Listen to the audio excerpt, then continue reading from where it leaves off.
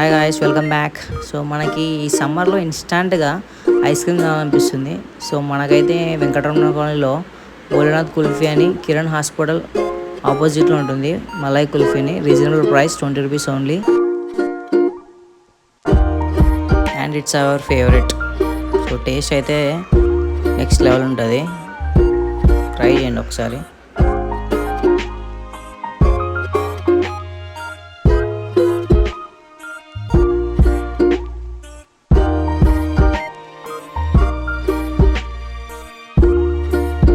మీరు కూడా ట్రై చేయండి. ఆల్రెడీ ట్రై చేసింటే కమెంట్స్లో మెన్షన్ చేయండి మీకు ఎలా అనిపించిందో.